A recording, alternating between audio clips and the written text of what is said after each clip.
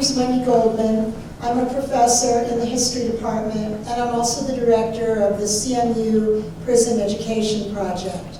I know frequently after hearing these kind of talks, students often ask, what can I do? I want to do something, I want to get active. And that's not hard to do here. We have a prison education project. I'm going to just pass out a flyer, and we have two courses that will be coming up in the fall, both from the English department, one on Shakespeare, and the other is creative writing. But I really, really would urge you to think about getting involved. If you're faculty and you're here, I'm really eager to start sponsoring some art classes and other kinds of classes, so please don't hesitate to get in touch with me, and I'd be happy to talk to you about what we're up to. It was sort of set in motion by the murder of George Floyd. I thought you might like to look at it. The teaching is and I think now, some of the Jay. most exciting teaching that I have ever done. And the CMU students all say, I can't believe what a exciting, lively classroom this is. So we have, I'm going to just pass out a flyer, and we have two courses that will be coming up in the fall, both from the English department, one on Shakespeare, and the other is creative writing. But I really, really would urge you to think about getting involved. If you're faculty and you're here, I'm really eager to start sponsoring some art classes and other kinds of classes. So please, don't hesitate to get in touch with me, and I'd be happy to talk to you about what we're up to.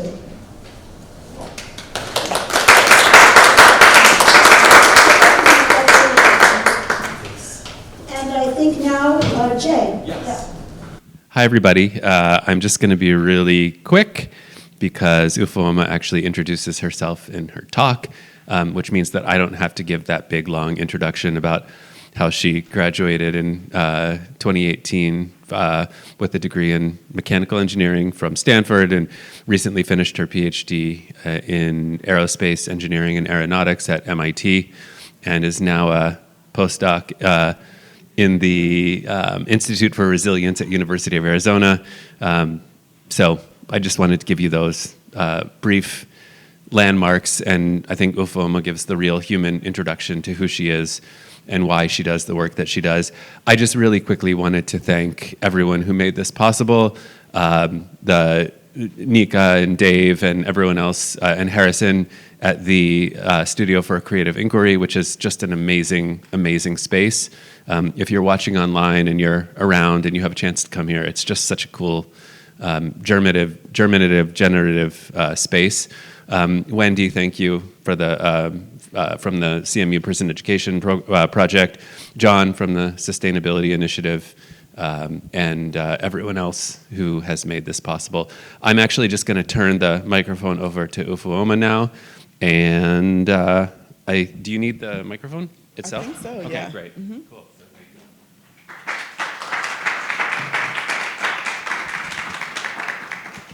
Okay, wonderful. Thank you so much. Really appreciative, Jay, for you inviting me and everybody who made this possible and has welcomed me into the space. Just hanging out today has been really nice, and I felt really welcomed, so thanks for having me. My name is Ufuoma, and you've probably read the title of the talk by now, so I'm just going to jump right into it. So I'll start with just a bit background of myself and kind of my orientation to this work. So yeah, I did my undergrad degree in mechanical engineering, which sounds pretty unrelated probably to what I'm going to talk about. Unrelated to that though, fun fact about me in undergrad, I was on the rugby team, was pretty vicious. And a really cool part of my time as an undergrad. But in addition, outside of sports, undergrad was also a time period of extreme political education for me. My undergrad 2014 to 2018, of course, coincided with really the rise of the Black Lives Matter movement, and I was really active in activism as a student and developed a deep passion for addressing injustice. After graduating, as a result of those passions, none of kind of the standard engineering jobs at Boeing or whoever were really speaking to me. So I decided to pursue a master's in the MIT Media Lab, and that was where I was first exposed to satellite remote sensing. During my master's degree, I worked primarily in Benin, which is a country in West Africa, and I was working with community stakeholders to use in situ data collection, remote sensing, and modeling to track an invasive plant species and support sustainable development.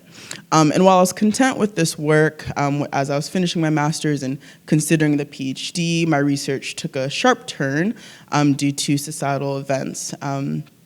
Specifically, the murder of George Floyd was a day that was, really caused a lot of grief for me, and motivated me to reorient my research to focus on issues that were more closely related to the socio-political conditions of Black life here in America. And so during this time, I got pretty active in campus activism related to policing. I was the co-president of the MIT Black Graduate Student Association. There were, back over here, was one of my exec members at some point. And I started to organize on campus to create conversations about how to make our communities safer in a holistic sense beyond just policing. But through this work, I also, by extension, started to think about prisons. And I learned about the issue of toxic prisons, which refers to the intersection of mass incarceration and environmental injustice. And I realized, especially at the time, due to how little it had been researched, in a quantitative sense, I could leverage the skills that I already had in remote sensing and GIS to think about the opportunities and limitations of mapping technologies to support environmental justice organizing. So that's my journey of kind of how I got to this research today. Now getting into the bulk of today's talk on my past PhD and current work on mass incarceration and environmental injustice. So for those who, this topic might be new, how does mass incarceration intersect with environmental injustice? Well, we don't have to look any further than SCI Fayette in LaBelle, Pennsylvania, which is just about an hour south of here. This prison is surrounded by about 40 million tons of waste, 2 coal slurry ponds, and millions of cubic yards of coal combustion waste, and has been a really frequent site of contestation and lawsuits and advocacy around environmental injustice. Another example, we can learn about this intersection from formerly incarcerated people that me and my collaborators have interviewed, and I'm going to play some audio clips here from people at 2 different facilities. There was a lot of brush, we call them brush fires, and I remember a lot of them got close to the facilities where we would inhale a lot of that smoke, and that person referring to the experience of wildfires in a California prison. Clemens has a nickname among the prison population that's been going around for probably the last 50 or 60 years, and they call it Burn in Hell Clemens, because you are going to burn in there. You could hear the guards' radios, and they would be doing temperature checks, and they'd be outside temperature 104 degrees, inside temperature 118, 120. And this person discussing a prison in Texas that does not have air conditioning and the experience of extreme heat, especially in the summers. I was curious, kind of as I was developing my PhD, what studies existed that were documenting this issue using geospatial data. And you can think of the existing work here along 2 axes. The first, spatial coverage, from low to high spatial coverage, so whether a study is focusing on one specific prison versus many prisons in a state or across the country, as well as the axis of temporal coverage, so a single point in time versus time series information. And this is generally the lay of the land of the literature here, where you can see in this upper right quadrant, there's just a couple of studies that are at this kind of nexus of high spatial, high temporal coverage, with both of these studies focusing on heat. Meanwhile, of course, there are a myriad of issues impacting carceral facilities, as you heard, wildfires, coal mining, air pollution, et cetera. And so learning about these issues, as well as kind of the dearth of research at this intersection, drove me to ask the question, what are the opportunities and limitations of mapping technologies for environmental justice organizers? And again, this is something that I was already kind of drawn to from my remote sensing background. And in general, the initial answer to this question is that the uptake of mapping technologies by stakeholder communities is often fraught due to poor design, inaccessibility, or these technologies not being relevant to those communities and their needs. Participatory action research and participatory GIS are methodologies that aim to really mend this connection, but still at the time of my dissertation, there's little literature on using participatory action research in applications of satellite data for environmental justice, as well as little attention paid to the data needs of community organizers as a key stakeholder group, as opposed to maybe nonprofits or policymakers aiming to use GIS. So that's kind of the context. And now I'll share the overview of my research that'll guide the rest of the talk, which can be divided into 3 general thrusts. So the first is learning about communities' needs and aims. So through community engaged research, I conduct interviews, focus groups, as well as just spending time and building relationships with communities to understand what they actually need. And then I, in the second thrust, work to translate qualitative data insights into science and technology requirements. This informs the data analytics and mapping that I do about environmental risk. And lastly, I work to make the mapping accessible and meaningful to communities through science communication activities. That includes capacity building, trainings, and participatory tool development to disseminate this information. And so now for the remainder of the talk, I'll talk through some examples of work in each of these thrusts. So in this first research thrust, learning about communities' needs and aims, in general, since 2021, I've had a long-term collaboration with the Campaign to Fight Toxic Prisons, which is an organization that works to prevent toxic prisons from being built, close toxic prisons, and they also do disaster response during things like hurricanes and wildfires to mitigate environmental risk for incarcerated people. And I'll talk more about that collaboration and the work we've done later. But first I'll talk about an interview study that I conducted at the beginning of my PhD, asking, how do prison environmental justice organizers view the potential or limitations of geospatial data to support their aims? I want to note that it was really important for me to start this research truly from the bottom up.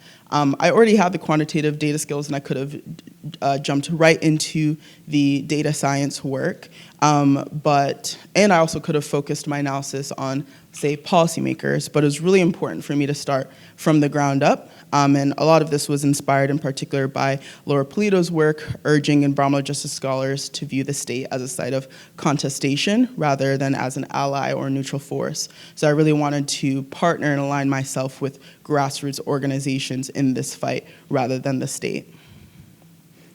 So towards that end, I focused on interviewing 22 community organizers about how they use or could use geospatial data in their environmental justice activism. I asked questions such as, please tell me about an activity that you've pursued related to prisons and environmental justice. And then I'd also often ask people how they used digital tools or mapping as part of those activities. I analyzed these interviews using qualitative coding and thematic analysis, which refers to identifying themes by the frequency with which they are mentioned by participants. So this figure here shows an overview of all of the thematic codes by frequency, and I'll zoom in on a few of the more interesting themes, so no need to read all of them. But one of the larger themes was that prison environmental justice organizers are already using a lot of different data and digital tools in their advocacy in many creative ways. For example, this screen grab from Instagram shows an example of an organization, Fight Toxic Prisons, using maps to indicate that a jail was in a mandatory evacuation zone during a wildfire in Florida several years back, and at the time of this post, that jail had no evacuation plans. And so they disseminate mapping imagery to motivate the public to get involved and call county officials, et cetera, to try and get them to have some sort of response and preparation. Other takeaways had to do with the use and limits of existing environmental justice tools and data, as well as navigating a context saturated with disinformation and misinformation. In the next few slides, I'll share some representative quotes of those latter two themes. So in one quote, this quote illustrates barriers with existing environmental justice tools. So the graphic on the right is a picture of CalEnviroScreen, which is a screening tool. This screening tool is basically just a GIS tool that overlays demographic information with environmental information to understand how different communities are experiencing environmental risk, or one could describe it as environmental injustice, right? And so one would think that this would be useful for organizers. But this person recounted trying to use this tool, and they said, "I remember looking up a certain prison, and it was actually whited out because they don't have data on that place. I specifically remember the map being all these colors, and then the shape of the prison land being just white and no color because there was no data." This perspective, among others in this paper, demonstrated how even tools and data that are oriented towards use for environmental justice are limited in their applicability because, for whatever reason, they haven't considered the perspectives and needs of stakeholders such as grassroots anti-prison activists who might want to use these types of mapping tools. And this type of perspective directly motivated the participatory tool design that I'll share later on in the presentation. And actually, one more note I want to make is just that, especially in this current times where literally data and tools are disappearing from the internet, it's really important for, I think, these types of academic organizer alliances to create our own tools that are not owned and operated by the government and subject to the whims of their desires every 4 years. Another theme was how interviewees, like the concerns of disinformation, misinformation that interviewees had. And I specifically asked folks their perspectives on how not to use geospatial data. One person said, "You've got all kinds of massive environmental harm happening that is so much less regulated. So part of the concern would be is, we know the Superfund sites, but in terms of the actual amount of environmental harm happening inside of prisons, we have no idea." Essentially, the point this person's making is that geospatial data that are taken externally from a prison has limitations in that they're external measurements. This is a somewhat obvious point, but the less obvious point here is that analyses based on quantitative data alone can be reductive and minimize the true reality of harm that people are experiencing inside prison walls.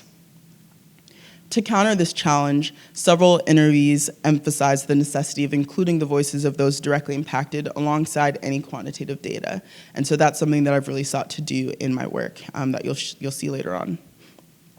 Lastly, I asked activists about their desired outcomes for data-driven organizing. Half of the activists explicitly did not support using data to identify areas for interventions that would require investing more money into prisons, such as the installation of air conditioning or building a new facility or building a seawall to protect from hurricanes. People felt this way because many of the organizers I spoke to were themselves formerly incarcerated and recounted numerous examples of seeing money that was meant for repairs being misused, embezzled, and the repairs never occurring. And in some cases, and I'll touch on this later, seeing some of these solutions actually be used to punish people in unique and creative ways. And I'll touch more on this later. As a result of these intimate experiences of the prison system, the majority of people I spoke to identified as prison abolitionists, which is a political philosophy referring to belief that prisons and policing exacerbate rather than solve societal harms, and they thus advocated for abolishing prisons and building alternative justice systems rooted in care and restorative processes. So to summarize, this study clearly motivates geospatial data science and tool development as relevant to the activities and organizing of this community. However, folks expressed several guidelines for how the work should be done and towards what ends. And later on, I'll touch on the dangers of quantitative research that isn't aligned with these community perspectives. Now I'm going to move into the second research foci, mapping environmental risk. And I'll We'll see how much I get through, but I'll lightly touch on several examples of quantitative data work that were directly informed by priorities that were expressed by the folks that I interviewed. So, oopsie. The first I'll touch on is flood inundation. So why study this? Well, for the last 20 years, there have been numerous examples, actually probably even going past that, but this is at least what I can reference via journalism. There have been numerous examples from Hurricane Katrina to Hurricane Harvey to most recently Hurricane Milton and Helene, where facilities are left out of evacuation plans and there's no disaster preparedness. So in Hurricane Harvey, which occurred in, I think this was 2017 in Houston, the Bureau of Prisons and the Texas Department of Criminal Justice decided not to evacuate 4 prisons containing 8,000 people. Accounts from people inside documented conditions such as cells flooded knee-high with water contaminated by urine and feces. Extensive accounts are documented in this The Nation article.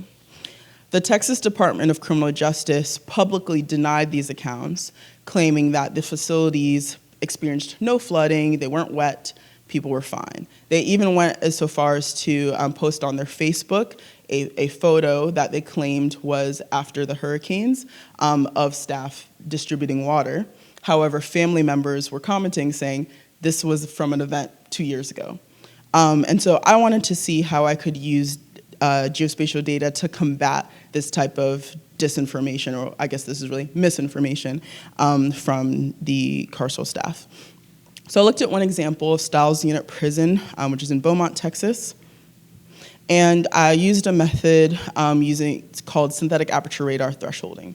So synthetic aperture radar is a type of remote sensing data, different than optical data, and it's essentially very useful for mapping topography as well as different types of land cover types, especially like water. And this has to do with this chart here, where different types of land covers will have different backscatter of this radar. And so, for example, here in this sample histogram, the blue might be an example distribution of pixels that are flooded, whereas the other are non-flooded areas.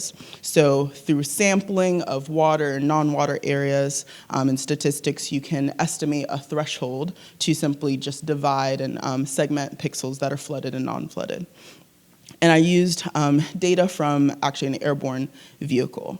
And so just to show an example of using this method, here each of these pixels are estimates for different thresholded values. One at a mean, dividing the two distributions, and then +1 and +2 standard deviations, just to show different conservative estimates of the thresholding, the yellow being the most conservative. And what you can see here is that even in the most conservative of estimates, which is the yellow, you can still see yellow pixels that are surrounding the prison boundaries, even in the parking garage area, and then the less conservative estimates, you see numerous pixels within the prison boundaries.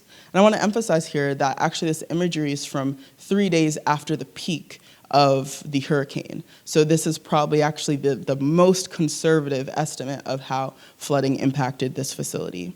So this is just an example, and this particular example can be made more rigorous and refined, but just to show the utility, the potential utility of geospatial data for narrative building and combating disinformation from the state.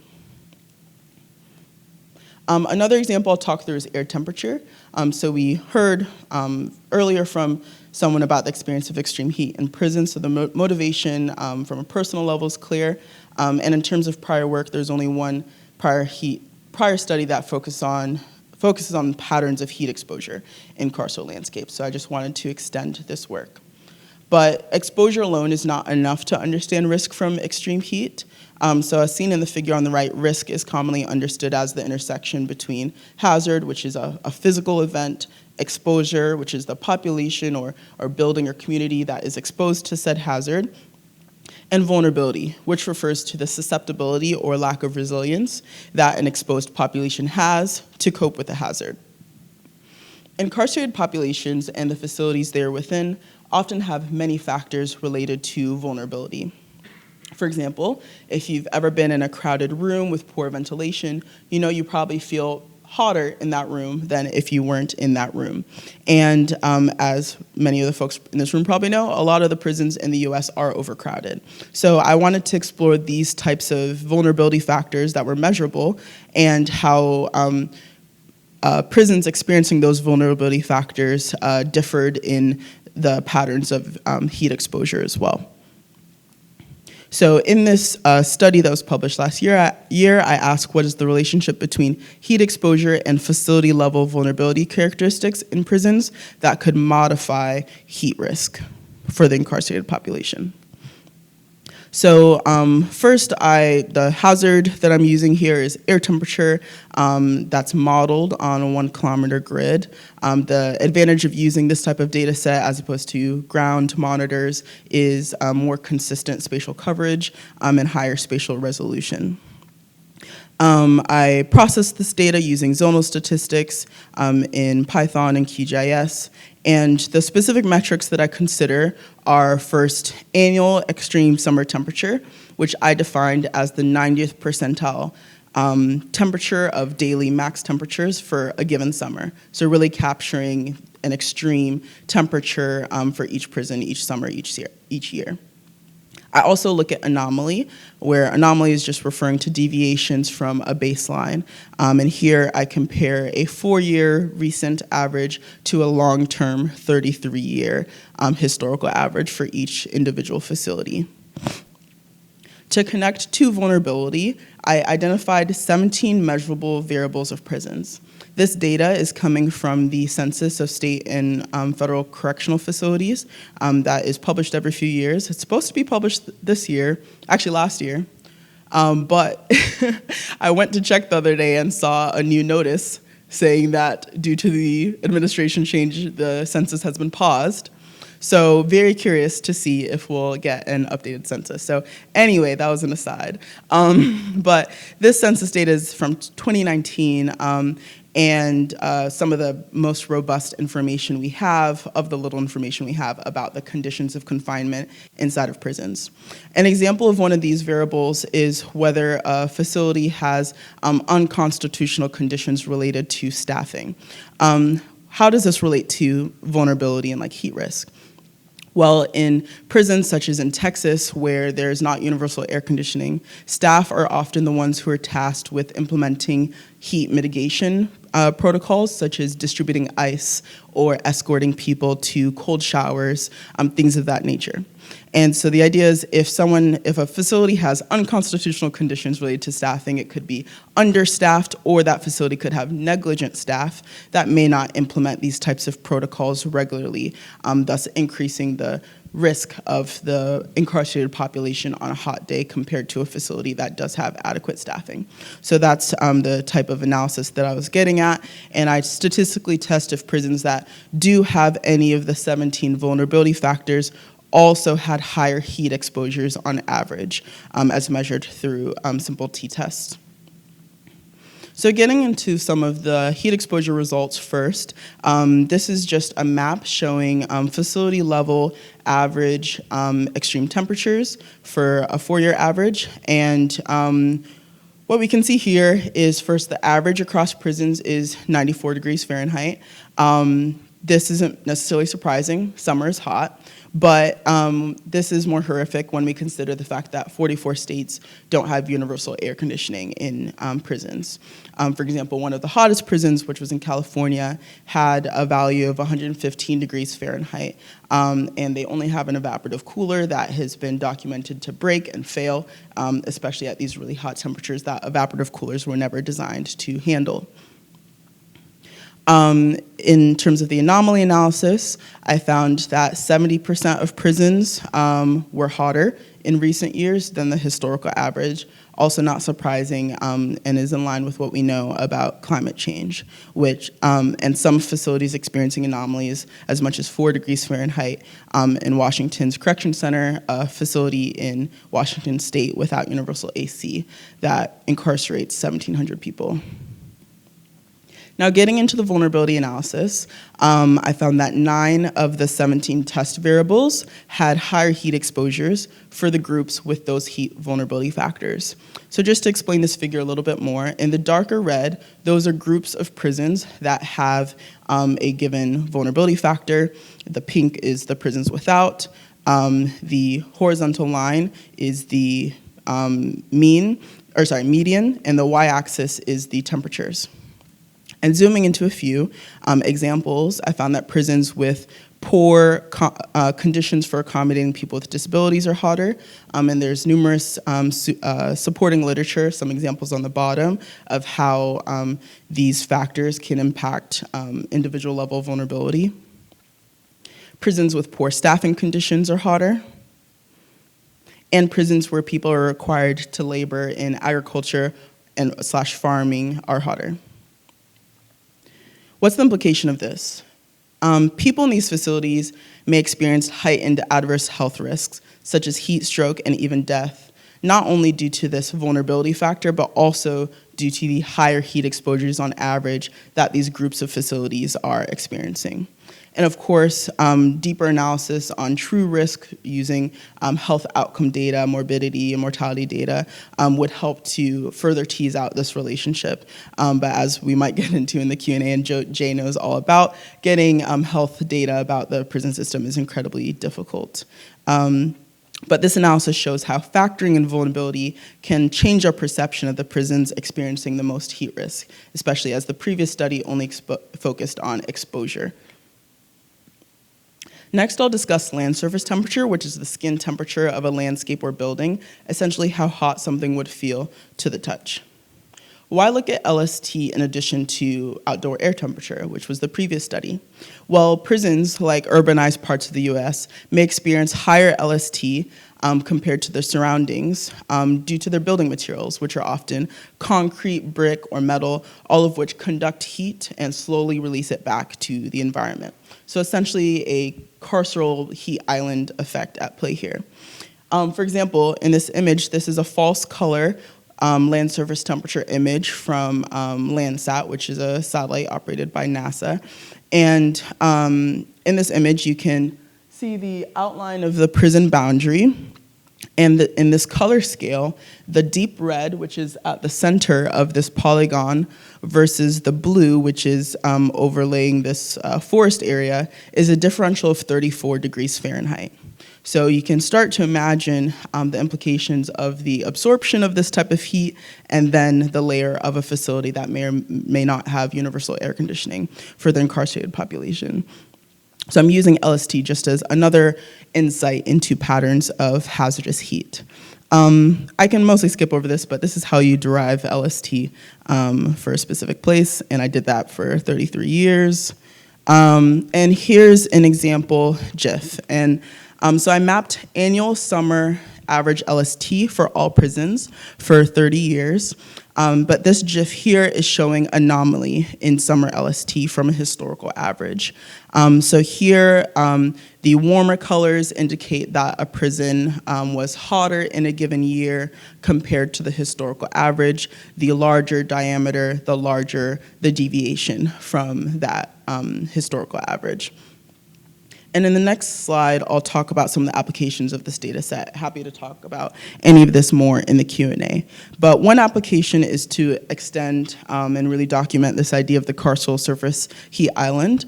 So comparing LST at the site of a carceral facility to a surrounding spatial unit, such as a census block group or a neighborhood. Another thing that I'm exploring is using LST actually as an input to a basic heat transfer model to then estimate indoor temperatures to try and increase transparency around the types of conditions people are truly experiencing. Feel free to ask more about any of that. And the last environmental indicator I'll talk about is air pollution. Specifically, I'll look at particulate matter 2.5, which refers to air pollution that's smaller than 2.5 microns, and this is regulated by the EPA. And in this research, I ask how have PM 2.5 concentrations changed over time in prisons? I also ask, do prisons experience disparities compared to the US and compared to their host states on average? For this analysis, I used a 1 kilometer satellite-derived modeled PM 2.5 data set. This is using atmospheric modeling, satellite measurements, as well as ground measurements. And so to get into some of the results, this first figure is showing the spatial distribution of PM 2.5 for individual prisons, averaged for the 4 most recent years that this data set was available. On a high level, some takeaways. Regionally, we see that the highest exposures were in California, the Midwest, and the South, as indicated by the darker dots here.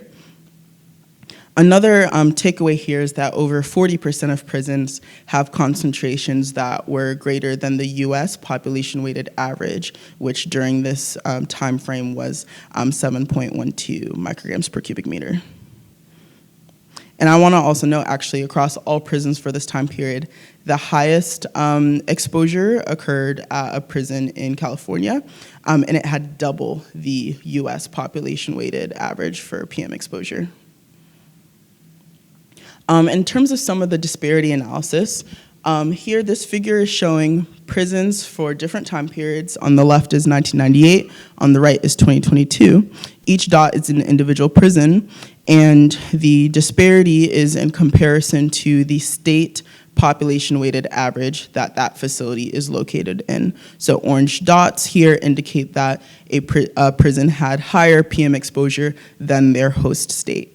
And for both time periods, 1998 to 2022, over a third of prisons had higher PM exposure than their host states, although it is decreasing from 617 to 529.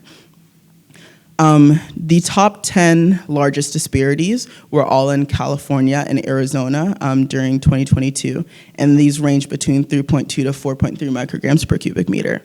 To contextualize the significance of those numbers, I wanted to just share a recent study which found that metropolitan areas that had 1.3 micrograms per cubic meter higher PM 2.5 exposure had double the attributable mortality rate than metropolitan areas without that disparity. So what am I saying here? These disparities, the magnitude of these disparities going up to 3 to 4 might imply really substantial health disparities for the incarcerated population, which of course could be validated if we had robust health outcome information for carceral facilities. Let me see. I think I'm going to skip over this one, but feel free to ask me about this. This slide is showing whether there are systematic disparities between prisons across an entire state versus the state population-weighted average. So I'm happy to come back to this in the Q&A, but I want to get to some other stuff instead. So I wanted to share some methodological reflections on this geospatial data science work. And this is summarized in an essay that I wrote last year called Resisting Detached Datafication. And it informs really kind of how I think about mapping environmental risk and reporting that data science work. So I opened the essay with the narrative from Sloan that you heard earlier, where he says, I did like my last 3 years in Clemens Prison talking about extreme heat. I then describe how emerging quantitative research on heat and other environmental conditions in carceral spaces has approached this problem of toxic prisons in a quantitative, data-centric way, presenting results and proposing solutions based only on the quantitative data. For example, when thinking about the issue of extreme heat in prisons, the probably obvious, intuitive solution would be to install air conditioning to address heat. And this is something that has been explicitly recommended by scholars without reservation. However, the remainder of what Sloan shared with me adds an important dimension to consider in the design of solutions and their imagined efficacies in the context of the US prison system. He said, they came up with this idea of respite areas. If you felt too hot, you could go to respite, and it was supposed to be like an air-conditioned room. But I don't know what people's fallacies are about the prison guards and like what they're capable of, but these people are like sadistic human beings. You could be on the verge of a heat stroke, and they're not going to open your cell and escort you to respite. They make them extremely inaccessible. It's really just the discretion of the guards. Another narrative from a formerly incarcerated person in New Mexico also shared with me a different perspective on the limitation of AC as a solution. He shared how he was in a facility that did have universal air conditioning, but they frequently lowered it to really uncomfortable cold temperatures and would often do that for people who were in solitary confinement. And this person shares that he knows multiple people who died committing suicide in those conditions because they were so miserable. These narratives reveal a key limitation of approaches that apply data science in normative ways to study and identify solutions to toxic prisons. And in the essay, I describe these approaches as detached datafication, which I define as the uptake of data applied to an issue without analysis of power and without context of those who have lived experiences on the issue, and the data collection, methodology, and presentation of results. And in the essay, I describe how this detached datafication can produce solutions that not just ignore dimensions of what's needed to fully address toxic prisons, but can actually create new forms of toxic prisons, such as those using something like air conditioning for punishment. That's a toxic prison. I can share more in the Q&A if interested of other examples of solutions that scholars are proposing that I think could really use a lot more nuance and would benefit from including narratives. So how do we resist detached datafication? Well, in my research, that has looked like pairing data science work with narratives that add nuance to this problem. For example, in the air temperature and vulnerability study that I presented earlier, I actually weave in the narrative from Sloan as well as others in the writing in the discussion section. The point of this isn't to say that people who are incarcerated shouldn't have AC, but rather to nuance the fact that this is not a foolproof solution and that people right now are experiencing harm, punishment, etc., due to this proposed solution. So that concludes the methodological reflections. In the last section of my talk, I'll talk about the Toxic Prisons Mapping Project, which you can visit at toxicprisons.com. We just launched in September. So to give just an overview, this has been really technically 4 years of participatory technology design with the campaign to fight toxic prisons that I mentioned earlier. And this graphic is just showing an overview of the strategy. I'll highlight a few key points. So first, the tool really was centered around fight toxic prisons. After initially learning about their work in 2021 and connecting, we realized we really had shared interest in leveraging geospatial tools to support activism. So just kind of focused on trust and relationship building. Then in 2021, I led a GIS workshop showing how you could use GIS tools to support some of their disaster response work during hurricanes. And I was able to actually support their disaster response during Hurricane Ian, which hit Florida in 2021. Then we applied and won a NASA grant that supported the development of a tool that related to environmental justice activities. We recently received a stop work order on said grant, so that's fun. And then we proceeded to do a lot of this qualitative and community engagement work. So I conducted interviews with organizers, which I presented on earlier. We conducted focus groups with formerly incarcerated people, really focused on the UI, UX aspects of the tool design. And we conducted interviews that was focused on storytelling about people's direct firsthand experiences with toxic prisons. And I also just want to emphasize that, or note that this tool was also really inspired by the data justice literature. Some folks might be familiar with the Anti-Eviction Mapping Project, and I was really inspired by the use of countermapping and the weaving of geospatial as well as narrative. So now I'm gonna just play this video and talk, sharing some aspects of the tool. So the tool, and this is something we really consider to be a beta version that we wanna continue to expand upon. There's 3 tabs, a hazards tab, an insights tab, and a storytelling tab. The hazards tab has real-time, active, and forecasted data on environmental hazards. So here you can see real-time air pollution, wildfire smoke, hurricane tracks, etc.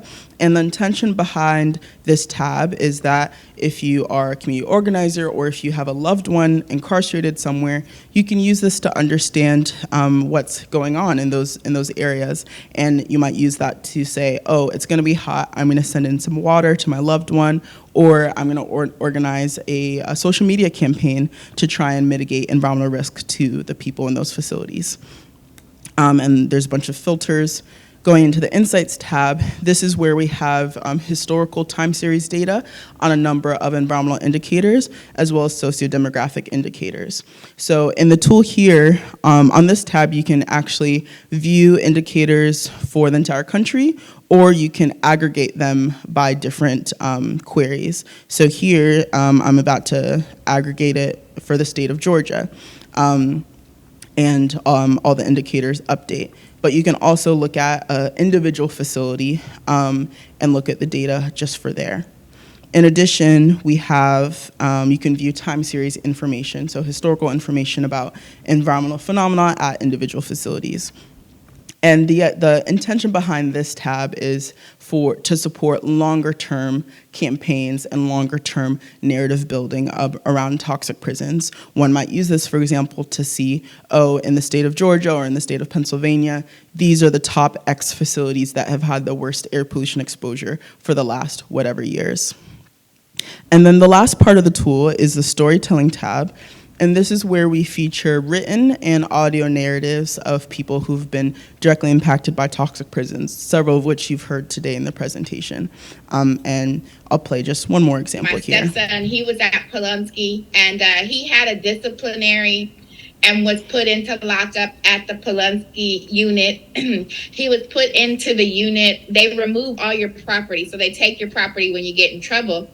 And he was put in there with no mattress and no fan. And it was, upward of 96 degrees, heat indices over 100 in that area.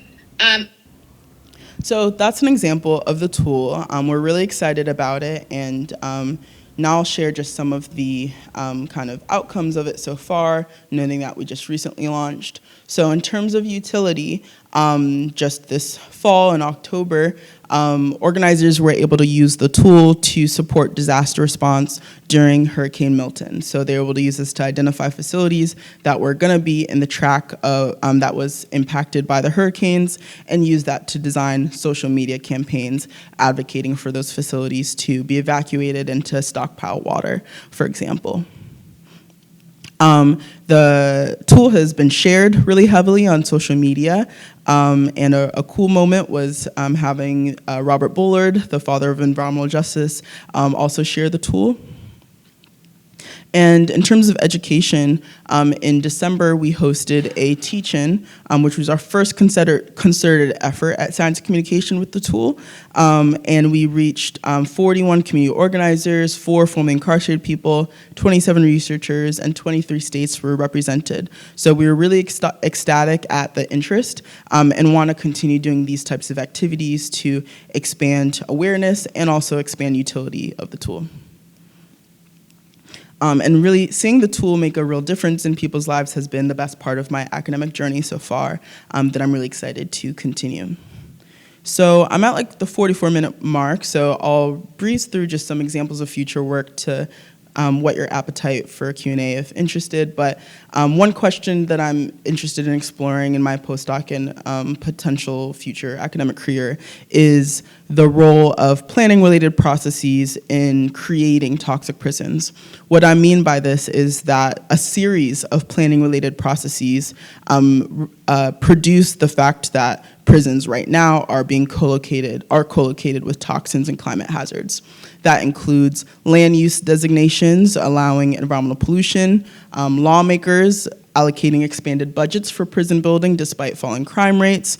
It also includes loose environmental regulation enabling prisons to be sited and located in toxic areas. So I'm interested in studying kind of the evolution of these types of processes. And there's an example that I won't talk about right now in Kentucky that I can elaborate on in the Q&A. I'm also working on really expanding some of the flood work. So in my postdoc, I'm learning how to use machine learning and satellite data to map floods. And so one of the projects I'm working on right now is creating a spatiotemporal database of flooding in carceral landscapes to really understand how often, how frequently, and where are facilities being impacted by this climate hazard. I'm also working on extending the heat research to mortality outcomes.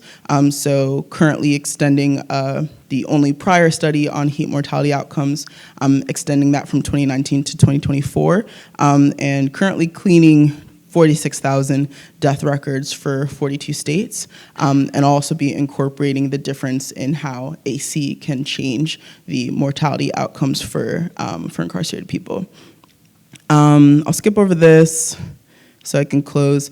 And I'm lastly continuing to expand on the role of mapping in producing change in social movements through the design of the Toxic Prisons Mapping Project. We had a new NASA grant that I co-authored, a 3-year grant that we also received a stop work order for. So TBD on how much work we get to do. But still really excited about it and still remain very committed to this work. And I'll close there. Thank you for your attention.